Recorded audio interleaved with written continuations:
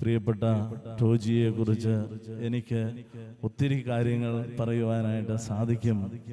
അതിനുള്ള സമയക്കുറവ് ഇവിടെ ഉണ്ട്. കാരണം സഭയെ ഇത്രമാത്രം നെഞ്ചിലേറ്റിയിരിക്കുന്ന ഒരു ചെറുപ്പക്കാരനെ ഞാൻ കണ്ടതിൽ അത്ഭുതത്തോടുകൂടി ആസ്വദിച്ച നിമിഷങ്ങളാണ് ഈ കഴിഞ്ഞ 4-5 വർഷങ്ങളായിട്ട് ഞാൻ അനുഭവിച്ചിട്ടുള്ളത്. ടോജി അടൂരിൽ നിന്ന് ജർമ്മനിയിൽ വരുന്നതിന് മുമ്പ് എന്നെ കോണ്ടാക്ട് ചെയ്തു. അതിനുശേഷം അവിടെ വന്നതിന് ശേഷം കോണ്ടാക്ട് ചെയ്തു. ടോജി വന്ന് ലാൻഡ് ചെയ്തത് ബെർലിനിലാണ്. ബെർലിൻ ജർമ്മനിയുടെ തലസ്ഥാനമാണ്. അവിടെ നമുക്ക് ഒരു കൂട്ടായ്മയോ അങ്ങനെ ഒരു സംവിധാനമോ ഒന്നും ആ സമയത്ത് ഉണ്ടായിരുന്നില്ല. ടോജിയുടെ ഒരു വലിയ നിർബന്ധ ബുദ്ധിയും താല്പര്യവും തീഷ്ണതയും കൊണ്ടാണ് ഇന്ന് ബെർലിനിൽ നമുക്കൊരു മലങ്കര സമൂഹം രൂപീകരിക്കുന്നതിന് കാരണമായത്.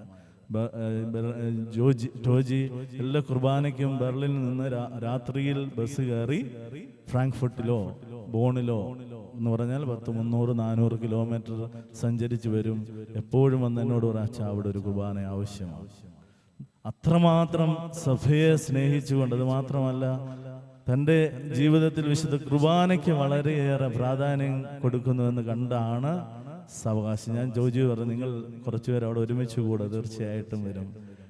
3 പേര് കൂടിയാണ് അവിടെ ആരംഭിച്ചത്. പ്രിയമുള്ളവരെ, ഇപ്പോൾ നമ്മുടെ തന്നെ 56 യുവാക്കന്മാര് അവിടെ നമ്മുടെ കുർബാനയ്ക്ക് ഒരുമിച്ച് കൂടും. അത് മാത്രമല്ല മലയാളികളായ മലങ്കര, സിറോ മലബാർ, അതുപോലെ ഓർത്തഡോക്സ്, യാക്കോബായ, മർത്തോമായ എന്നീ സഹോദരങ്ങൾ നമ്മൾ ഒരു കുർബാനയ്ക്ക് അവിടെ 200-ലധികം യുവാക്കന്മാരാണ് വിശുദ്ധ കുർബാനയ്ക്ക് ഒരുമിച്ച് കൂടുന്നത്. അപ്പോൾ അത്രമാത്രം തീഷ്ണതയോടുകൂടി ആധ്യാത്മിക ജീവിതത്തെ കാണുന്ന ടോജിയെ പ്രത്യേകമായി ഞാൻ അഭിനന്ദിക്കുന്നതോടൊപ്പം ടോജിയുടെ പ്രിയപ്പെട്ട അമ്മ ഇവിടെ ഉണ്ട്. അമ്മയെ പ്രത്യേകമായിട്ട് അഭിനന്ദിക്കുകയും ചെയ്യുന്നു. പ്രിയപ്പെട്ട സാന്ദ്രയ്ക്ക് ഒരു വലിയ സമ്മാനം ലഭിച്ചിരിക്കുന്നു എന്ന് മാത്രമേ എനിക്ക് പറയുവാൻ സാധിക്കുകയുള്ളൂ. അപ്പോൾ ഈ ഒരു സമ്മാനത്തെ നന്നായിട്ട് സൂക്ഷിക്കുക. കാരണം നമുക്കറിയാമല്ലോ, നിങ്ങൾ ഇവിടെ ഇരിക്കുന്ന അമ്മമാർക്ക് പ്രത്യേകം അറിയാവുന്ന ഒരു ഉദാഹരണമുണ്ട്. നിങ്ങൾ വസ്ത്രങ്ങൾ കഴുകി അയയിൽ ഇടുന്നത്, ഉണങ്ങാനിടുമ്പോൾ അത് എന്താണ്, താഴെ കാറ്റത്തടിച്ച് പോകാതിരിക്കാൻ വേണ്ടി ഒരു ക്ലിപ്പ് അതിൽ വെക്കും, അല്ലേ? ക്ലിപ്പ് വെച്ച് അല്ലെ ക്ലിപ്പ് പിടിപ്പിച്ച് പറന്നു പോകാതിരിക്കാനായിട്ട് സൂക്ഷിക്കും. ജർമ്മൻ ഭാഷയിൽ അതിന് പറയുന്നത് ഖാമർ എന്നാണ്. ഈ ഖാമറിന് 2 പാർട്സ് ആണുള്ളത്. ഈ 2 പാർട്സിനെയും കൂടെ ചേർത്ത് നിർത്തുന്ന ഒരു സ്പ്രിങ് ഇതിനിടയിൽ ഉണ്ട്. അപ്പൊ ഈ സ്പ്രിങ്ങിന് എപ്പോൾ അതിന്റെ സന്തുലനാവസ്ഥ നഷ്ടപ്പെടുന്നു, ഈ 2 ഭാഗങ്ങളും എന്ത് ചെയ്യും?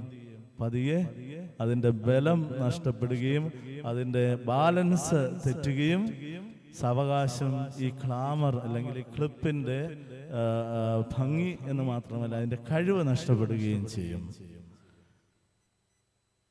വിവാഹ ജീവിതം ഇതുപോലെയാണ്, ദാമ്പത്യം ഇതുപോലെയാണ്. നിങ്ങൾ 2 പേര് ഈ കാമറിന്റെ 2 സൈഡാണ്. അതിന് മധ്യത്തിലിരിക്കുന്നത് നിങ്ങളെ ഇന്ന് ഈ ദേവാലയത്തിലേക്ക് വിളിച്ചു കൊണ്ടുവന്നിരിക്കുന്ന പൊന്നുതമ്പുരാനാണ്. അപ്പൊ ഈ പൊന്നുതമ്പുരാനോട് ചേർന്ന് നിൽക്കുവാനായിട്ട് എൻ്റെ പ്രിയപ്പെട്ട ടോജിക്കും സാന്ദ്രയ്ക്കും എപ്പോഴും കഴിയണം എന്ന് പറഞ്ഞാൽ വചനത്തെ മുറുകെ പിടിച്ചുകൊണ്ട് ജീവിക്കുവാനായിട്ട് നിങ്ങൾക്ക് കഴിയണം. അത് മാത്രമല്ല, നിങ്ങൾ നിങ്ങളുടെ ജീവിതത്തിൻ്റെ ബ്രുക്കൻ ബവറുകളാണ് എന്ന് പറഞ്ഞാൽ നിങ്ങൾ പാലം പണിയുന്നവരാണ്. 2 കുടുംബങ്ങളെ തമ്മിൽ യോജിപ്പിക്കുന്നു. കുടുംബജീവിതത്തിന് ശേഷം നിങ്ങൾക്കുണ്ടാകുന്ന കുഞ്ഞുങ്ങളെ ദൈവവും നിങ്ങളുമായി യോജിപ്പിച്ച് നിർത്തിക്കൊണ്ട് നിങ്ങൾ എങ്ങനെയാണോ ഇന്ന് ഈ ദേവാലയത്തിൽ ഈ കൂദാശ സ്വീകരിക്കുന്നത്, അതുപോലെ ക്രിസ്തീയ ജീവിതത്തെ ബലപ്പെടുത്തുവാൻ, നിങ്ങളുടെ കുഞ്ഞുങ്ങളെ വളർത്തുവാനായിട്ട് ദൈവവുമായിട്ട് പാലം പണിയുന്ന വ്യക്തികളായി തീരുവാനായിട്ട് നിങ്ങൾക്ക് സാധിക്കട്ടെ എന്ന് ഞാൻ ആശംസിക്കുകയും ചെയ്യുന്നു. നമ്മൾ കേട്ടിട്ടുള്ള ഒരു പാട്ട് അല്ലെങ്കിൽ ഒരു കവിത ഇങ്ങനെയാണല്ലോ, ക്രിസ്തീയ ജീവിതത്തിൽ വിവാഹ ജീവിതവുമായിട്ട് ബന്ധപ്പെട്ട് നമുക്ക് പറയുവാനായിട്ട് സാധിക്കുന്ന അല്ലെങ്കിൽ പാടുവാനായിട്ട് സാധിക്കുന്ന, ഉൾക്കൊള്ളുവാൻ കഴിയുന്ന ഒരു കവിതയാണത്. വിവാഹ ജീവിതത്തെ ബലപ്പെടുത്തുവാൻ നിങ്ങൾ ചെയ്യേണ്ടത് എന്താണ്? നിങ്ങളുടെ ജീവിതത്തിൽ വിവാഹ ജീവിതം ബലപ്പെടുവാൻ കഴിയേണ്ടത് ഇപ്രകാരമാണ്. നിങ്ങൾ